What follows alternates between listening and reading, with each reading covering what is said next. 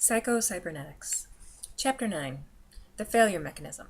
How to make it work for you instead of against you. Steam boilers have pressure gauges which show when the pressure is reaching the danger point. By recognizing the potential danger, corrective action can be taken and safely assured. Dead-end streets, blind alleys, and impassable roads can cause you inconvenience and delay your arrival at your destination if they are not clearly marked and recognized for what they are. However, if you can read the signposts and take proper corrective action, detour signs, dead-end street signs, and the like can help you reach your destination easier and more efficiently. The human body has its own red light signals and danger signs, which doctors refer to as symptoms or syndromes. Patients are prone to regard symptoms as malevolent, a fever, a pain, etc., as bad.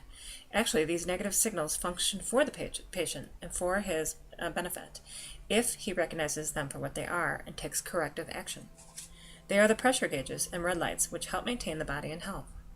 The pain of appendicitis may seem bad to the patient, but actually it operates for the patient's survival. If he felt no pain, he would take no action toward having the appendix removed. The failure-type personality also has its symptoms. We need to be able to recognize these failure symptoms in ourselves so that we can do something about them.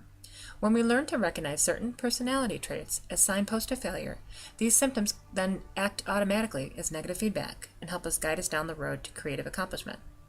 However, we not only need to become aware of them, everyone feels them.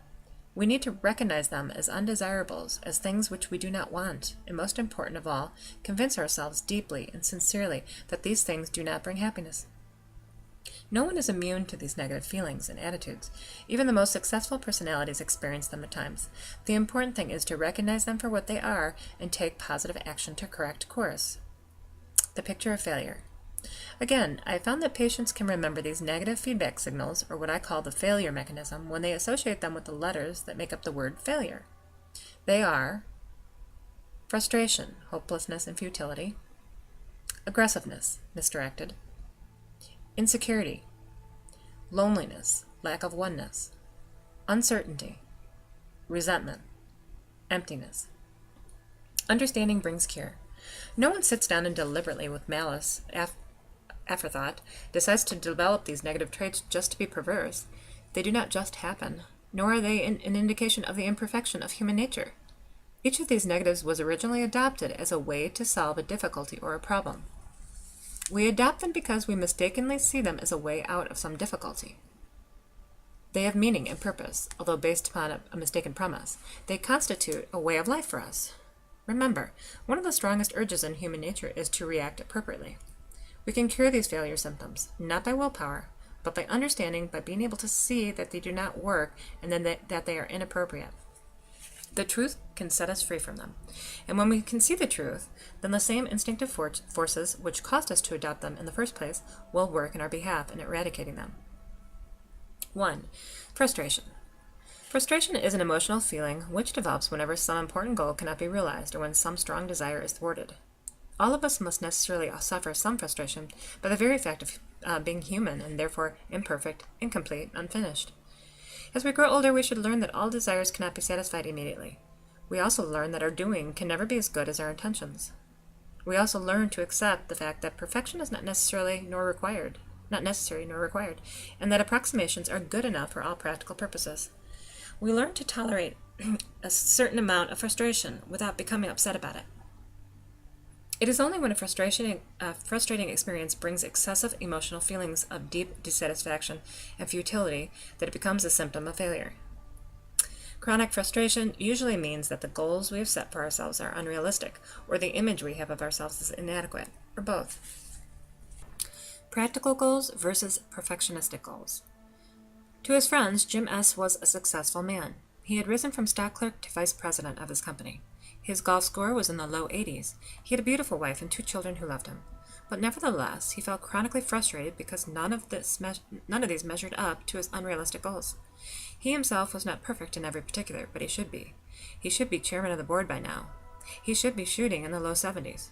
He should be such a perfect husband and father that his wife would never find cause to disagree with him and his children never misbehave. Hitting the bullseye was not good enough. He had to hit the infinitesimal speck in the center of the bullseye. You should use the same technique in all your affairs that Jackie Burke recommends in putting, I told him. That is, not to feel that you have to pinpoint the ball right to the cup itself on a long putt, but to aim at an area the size of a wash tub. This takes off the strain, relaxes you, enables you to perform better. If it's good enough for the professionals, it should be good enough for you. His self-fulfilling prophecy made failure certain. Harry N. was somewhat different. He had won none of the external symbols of success, yet he had had many opportunities, all of which he muffed. 3 times he had been on the verge of landing the job he wanted, and each time something happened. Something was always defeating him just when success seemed within his grasp. Twice he had been disappointed in love affairs. His self-image was that of an unworthy, incompetent, inferior person who had no right to succeed or to enjoy the better things in life. And unwittingly, he tried to be true to that role. He felt he was not the sort of person to be successful, and always managed to do something to make this self-fulfilling prophecy come true. Frustration as a way of solving problems does not work. Feelings of frustration, discontent, dissatisfaction are ways of solving problems that we all learned as infants. If an infant is hungry, he expresses discontent by crying. A warm, tender hand then appears magically out of nowhere and brings milk. If he is uncomfortable, he again expresses his dissatisfaction with the status quo, and the same warm hands appear magically again and solve his problem by making him comfortable. Many children continue to get their way and have their problems solved by overindulgent parents, by merely expressing their feelings of frustration. All they have to do is feel frustrated and dissatisfied, and the problem is solved. This way of life works for the infant, and for some children, it does not work in adult life. Yet many of us continue to try it, by feeling discontented and expressing our grievances against life, apparently in the hope that life itself will take pity, rush in, and solve our problem for us. If only we feel badly enough. Jim S. was unconsciously using this childish technique in the hope that some magic would bring him the perfection he craved. Harry N. had practiced feeling frustrated and defeated so much that feelings of defeat became habitual with him. He projected them into the future and expected to fail. His habitual defeatist feelings helped create a picture of himself as a defeated person. Thoughts and feelings go together. Feelings are the soil that thoughts and ideas grow in. This is the reason that you have been advised throughout this book to imagine how you would feel if you succeeded, and then feel that way now. 2. Aggressiveness. Excessive and misdirected aggressiveness follow frustration as night follows day. This was proved conclusively by a group of Yale scientists some years ago in their book, Frustration and Aggressiveness. Aggressiveness itself is not an abnormal behavior pattern as some psychiatrists once believed. Aggressiveness and emotional steam are very necessary in reaching a goal. We must go after what we want in an aggressive rather than in a defensive or tentative manner. We must grapple with problems aggressively. The mere fact of having an important goal is enough to create emotional steam in our boiler and bring aggressive tendencies into play. However, trouble ensues when we are blocked or frustrated in achieving our goal. The emotional steam is then dammed up, seeking an outlet. Misdirected or unused, it becomes a destructive force. The worker who wants to punch his boss in the nose but doesn't care goes home and snaps at his wife and kids or kicks the cat. Or he may turn his aggressiveness upon himself in much the same way that a certain scorpion in South America will sting itself and die of its own poison when angered. Don't lash out blindly. Concentrate your fire. The failure-type personality does not direct his aggressiveness towards the accomplishment of a worthwhile goal. Instead, it is used in such self-destructive channels as ulcers, high blood pressure, worry, excessive smoking, compulsive overwork, or it may be turned upon other persons in the form of irritability, rudeness, gossip, nagging, fault-finding. Or, if his goals are unrealistic and impossible, the solution of this type person, when he meets defeats, is to try harder than ever. When he finds that he is butting his head against a stone wall, he unconsciously figures that the solution to his problem is to butt his head even harder. The answer to aggression is not to eradicate it, but to understand it and provide proper and appropriate channels for its expression. Recently, Dr. Konrad Lorenz, the famous Viennese MD and animal sociologist, told psychiatrists at the Postgraduate Center for Psychotherapy in New York City that the study of animal behavior for many years has shown that aggressive behavior is basic and fundamental, and that an animal cannot feel or express affection until channels have been provided for the expression of aggression. Dr. Emanuel K. Schwartz, Assistant Dean of the Center, said that Dr. Lorenz's discoveries have tremendous implications for man and may require us to reevaluate our total view of human relations. They indicate, he said, that providing a proper outlet for aggression is as important, if not more so, than providing for love and tenderness. Knowledge gives you power. Merely understanding the mechanism involved helps a person handle the frustration-aggression cycle. Misdirected aggression is an attempt to hit one target, the original goal, by lashing out at the target. It doesn't work. You don't solve one problem by creating another. If you feel like snapping at someone, stop and ask yourself, is this merely my own frustration at work? What has frustrated me? When you see that your response is inappropriate, you've gone a long way toward controlling it. It also takes much of the sting away when someone is rude to you. If you realize that it is probably not a willful act, but an automatic mechanism at work, the other fellow is letting off steam which you could not use in achieving some goal. Many automobile accidents are caused by the frustration-aggression mechanism. The next time someone is rude to you in traffic, try this. Instead of becoming aggressive and thus a menace to yourself, say to yourself, the poor fellow has nothing against me personally. Maybe his wife burned the toast this morning. He can't pay the rent, or his boss chewed him out. Safety valves for emotional steam. When you are blocked in achieving some important goal, you are somewhat like a steam locomotive with a full head of steam with nowhere to go. You need a safety valve for your excess of emotional steam. All types of physical exercise are excellent for draining off aggression. Long, brisk walks, push-ups, dumbbell exercises are good. Especially good are those games where you hit or smash something. Golf, tennis, bowling, punching the bag.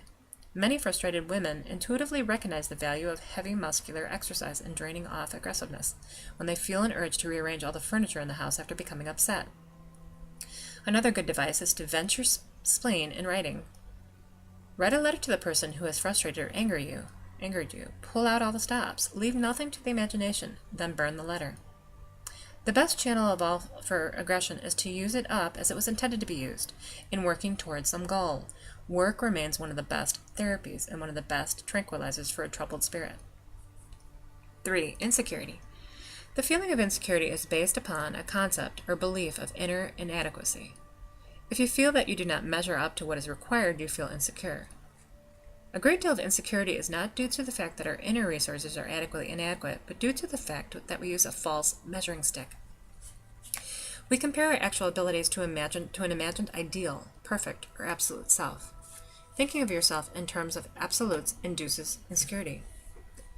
The insecure person feels that he should be good, period. He should be successful, period. He should be happy, competent, poised, period. These are all worthy goals, but they should be thought of, at least in their absolute sense, as goals to be achieved, as something to reach for, rather than as shoulds. Since man is a goal-striving mechanism, the self realizes itself fully only when man is moving forward toward something. Remember our comparison with the bicycle in a previous chapter. Man maintains his balance, poise, and sense of security only as he is moving forward or seeking. When you think of yourself as having attained the goal, you become static, and you lose the security and equilibrium you had when you were moving towards something. The man who is convinced that he is good in the absolute sense not only has no incentive to do better, but he feels insecure because he must defend the sham and the pretense. The man who thinks he has arrived has about used up his usefulness to us, the president of a large business said to me. When someone called Jesus good, he admonished him, "Why callest thou me good? There is but one good, and that is the Father." St. Paul is generally regarded as a good man, and yet his own attitude was, "I count myself not to be achieved, but I press on toward the goal." Keep your feet on solid ground. It is insecure trying to stand on the top of a pinnacle.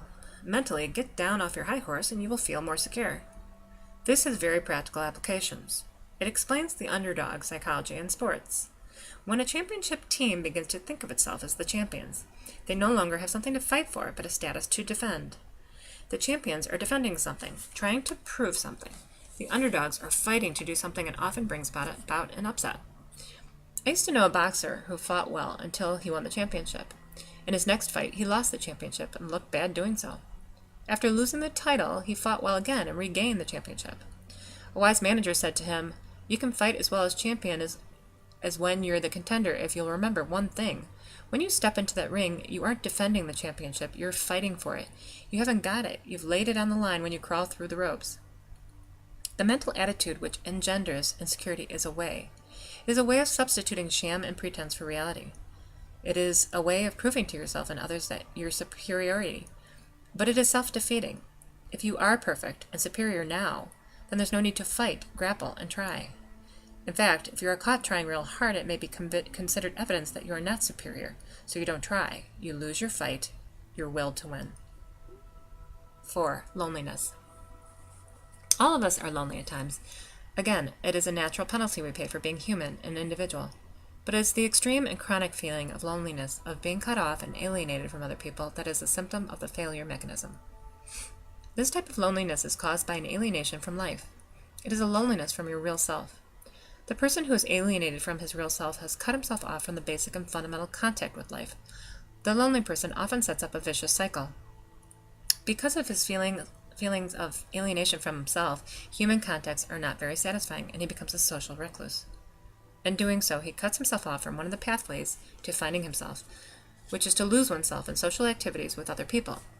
Doing things with other people and enjoying things with other people helps us to forget ourselves.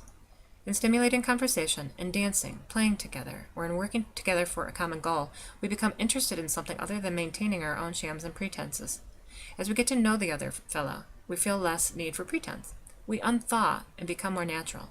The more that we do this, the more we feel we can afford to dispense with the sham and the pretense, feel more comfortable with just being ourselves. Loneliness is a way that doesn't work. Loneliness is a way of self-protection. Lines of communication with other people, and especially any emotional ties, are cut down. It is a way to protect our idealized self against exposure, hurt, humiliation. The lonely personality is afraid of other people. The lonely person often complains that he has no friends, and there are no people to mix with. In most cases, he unwittingly arranges things in this manner because of his passive attitude. That it is up to other people to come to him, to make the first move, to see that he is entertained. It never occurs to him that he should contribute something to any social situation. Regardless of your feelings, force yourself to mix and mingle with other people. After the first cold plunge, you will find yourself warming up and enjoying it if you persist.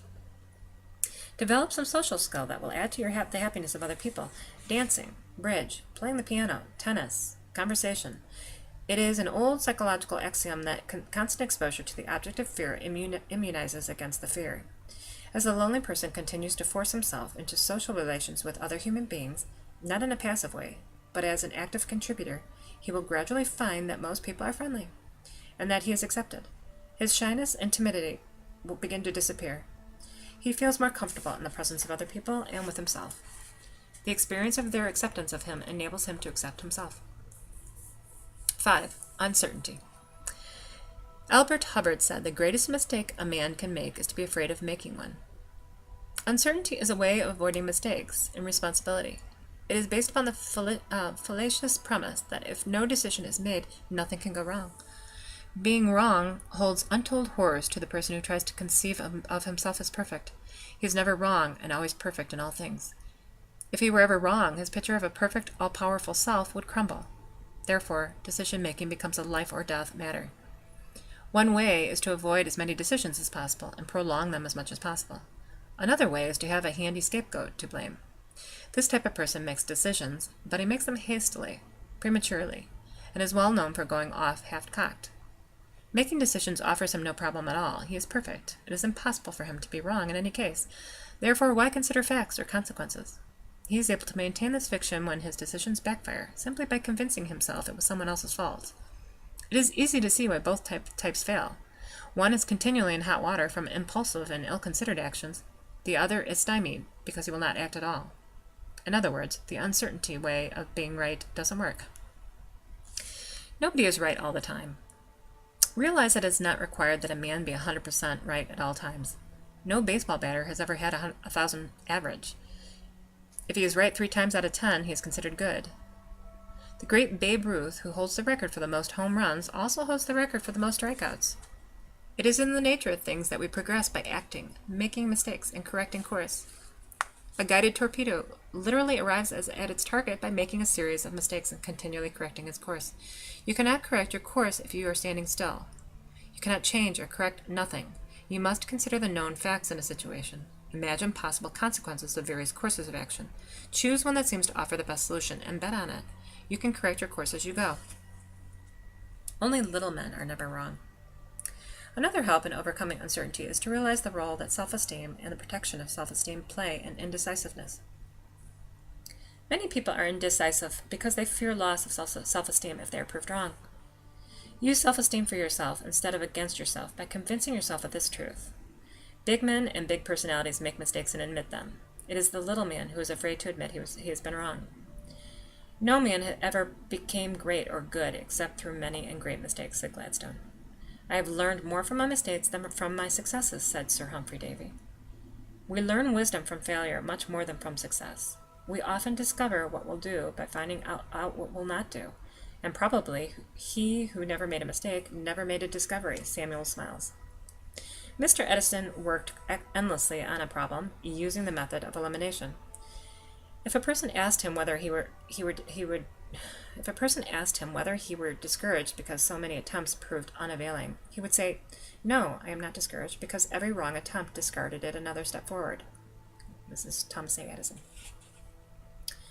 6. Resentment. When the failure-type personality looks for a scapegoat or excuse for his failure, he often blames society, the system, life, the breaks. He resents the success and happiness of others because it is proof to him that life is shortchanging him and he is being treated unfairly. Resentment is an attempt to make our own failure palatable by explaining it in terms of unfair treatment and justice.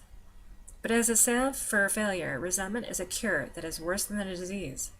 It is a deadly poison to the spirit. It makes happiness impossible, uses up tremendous energy which could go into accomplishment. A vicious cycle is often set up. The person who always carries a grievance and has a chip on his shoulder does not make the best companion or coworker. When coworkers do not warm up to him or the boss attempts to point out deficiencies in his work, he has additional reasons for feeling resentful. Resentment is a way that fails. Resentment is also a way of making us feel important. Many people get a perverse satisfaction from feeling wronged. The feeling of injustice, the one who has been unfairly treated, is morally superior to those who cause the injustice. Resentment is also a way or an attempt to wipe out or eradicate a real or fancied wrong or injustice which has already happened. The resentful person is trying to prove his case before the court of life, so to speak. If he can feel resentful enough and thereby prove the injustice, some magical process will reward him by making not so the event or circumstance which caused the resentment. In this sense, resentment is a mental resistance to, a non-acceptance of, something which has already happened. The word itself comes from two Latin words, re, meaning back, and sentire, meaning to feel. Resentment is an emotional rehashing or refighting of some event in the past. You cannot win because you're attempting to do the impossible, change the past. Resentment creates an inferior self-image. Resentment, even when based upon real injustices and wrongs, is not the way to win. It soon becomes an emotional habit. Habitually feeling that you are a victim of injustice, you begin to picture yourself in the role of a victimized person. You carry around an inner feeling which is looking for an external peg to hang itself on. It is then easy to see evidence of injustice, or fancy you have been wronged in the most innocent remark or neutral circumstance. Habitual resentment invariably leads to self-pity, which is the worst possible emotional habit anyone can develop. When these habits have become firmly ensconced, a person does not feel right or natural when they are absent. They then literally begin to search for and look for injustices. Someone has said that such people feel good only when they are miserable. Emotional habits of resentment and self-pity also go with an ineffective, inferior self-image. You begin to picture yourself as a pitiful person, a victim who is meant to be unhappy. The real cause of resentment. Remember that your resentment is not caused by other persons, events, or circumstances. It is caused by your own emotional response, your own reaction. You alone have power over this, and you can control it if you firmly convince yourself that resentment and self-pity are not ways to happiness and success, but ways to defeat and unhappiness. As long as you harbor resentment, it is literally impossible for you to picture yourself as a self-reliant, independent, self-determining person who is the captain of his soul, the master of his fate. The resentful person turns over his reins to other people. They are allowed to dictate how he shall feel, how he shall act. He is wholly dependent upon other people, just as a beggar is. He makes unreasonable demands and claims upon other people. If everyone else should be dedicated to making you happy, you will be resentful when it doesn't work out that way. If you feel that other people owe you eternal gratitude, undying appreciation, or continual recognition of your superlative worth, you will feel resentment when these debts are not paid. If life owes you a living, you become resentful when it isn't forthcoming. Resentment is therefore inconsistent with creative goal striving. In creative goal striving, you are the actor, not the passive recipient. You set the goals. No one owes you anything. You go out after your own goals. You become responsible for your own success and happiness. Resentment doesn't fit into this picture, and because it doesn't, it is a failure mechanism. 7. Emptiness. Perhaps as you read this chapter, you thought of someone who has been successful in spite of frustration, misdirected aggressiveness, resentment, etc. But do not be too sure. Many people acquire the outward symbols of success, but when they go to open the long sought-for treasure chest, they find it empty. It is as if the money they had strained so hard to attain turns to counterfeit in their hands. Along the way, they lost the capacity to enjoy. And when you have lost the capacity to enjoy, no amount of wealth or anything else can bring success or happiness. These people win the nut of success, but when they crack it open, it is empty. A person who has the capacity to enjoy, still alive within him, finds enjoyment in many ordinary and simple things in life. He also enjoys whatever success, in a material way, he has achieved. The person in whom the capacity to enjoy is dead can find enjoyment in nothing. No goal is worth working for. Life is a terrible bore. Nothing is worthwhile. You can see these people by the hundreds night after night, knocking themselves out in nightclubs trying to convince themselves that they are enjoying it. They travel from place to place, become entangled in a whirl of parties, hoping to find enjoyment and always finding an empty shell. The truth is that joy is an accompaniment of creative function, of creative goal striving. It is possible to win a fake success, but when you do, you are penalized with an empty joy. Life becomes worthwhile when you have worthwhile goals. Emptiness is a symptom that you are not living creatively. You either have no goal that is important enough to you, or you are not using your talents and efforts in striving toward an important goal. It is the person who has no purpose of his own who pessimistically concludes, life has no purpose. It is the person who has no goal worth working for who concludes, life is not worthwhile. It is the person with no important job to do who complains, there's nothing to do. The individual who actively engaged in a struggle or in striving toward an important goal does not come up with pessimistic philosophies concerning the meaninglessness or the futility of life. Emptiness is not a way that wins. The failure mechanism is self-perpetuating unless we step in and break the vicious cycle. Emptiness, when once experienced, can become a way of avoiding effort, work, or responsibility. It becomes an excuse or a justification for non-creative living. If all is vanity, if there is no new thing under the sun, if there is no joy to be found anyway, why bother? Why try? If life is just a treadmill, if we work 8 hours a day so we can afford a house to sleep in, so we can sleep 8 hours to become rested for another day's work, why get excited about it? All these intellectual reasons vanish. However, and we do experience joy and satisfaction when once we get off the treadmill, stop going around and around in circles, and select some goals worth striving for, and go after it. Emptiness and an inadequate self-image go together. Emptiness may also be the symptom of an inadequate self-image. It is impossible to psychologically accept something that you feel does not belong to you, or is not consistent with yourself. The person who holds an unworthy and undeserving self-image may hold his negative tendencies in check long enough to achieve a genuine success, then be unable to accept it psychologically and enjoy it. He may even feel guilty about it, as if he had stolen it. His negative self-image may even spur such a person on to achievement by the well-known principle of overcompensation. But I do not subscribe to the theory that one should be proud of his inferiority complex or thankful for it, because it sometimes leads to the external symbols of success. When success finally comes, such a person feels little sense of satisfaction or accomplishment. He is unable to take credit in his own mind for his accomplishments. To the world he is a success. He himself still feels inferior, undeserving, almost as if he was a thief and had stolen the status symbols, which he thought were so important. If my friends and associates really knew what a phony I am, he will say. This reaction is so common that psychiatrists refer to it as the success syndrome, the man who feels guilty, insecure, and anxious when he realizes he has succeeded. This is the reason that success has become a bad word. Real success never hurt anyone. Striving for goals which are important to you, not as status symbols, but because they are consistent with your own deep inner wants, is healthful. Striving for real success for your success through creative accomplishment brings a deep inner satisfaction. Striving for a phony success to please others brings a phony satisfaction. Glance at negatives, but focus on positives. Automobiles come equipped with negative indicators, placed directly in front of the driver, to tell you when the battery is not charging, when the engine is becoming too hot, when the oil pressure is becoming too low, etc. To ignore these negatives might ruin your car. However, There is no need to become unduly upset if some negative signal flashes. You merely stop at a service station or a garage and take positive action to correct. A negative signal does not mean the car is no good. All cars overheat at times. However, the driver of the automobile does not look at the control panel exclusively and continuously. To do so might be disastrous. He must focus his gaze through the windshield, look where he's going, and keep his primary attention on his goal, where he wants to go. He merely glances at the negative indicators from time to time.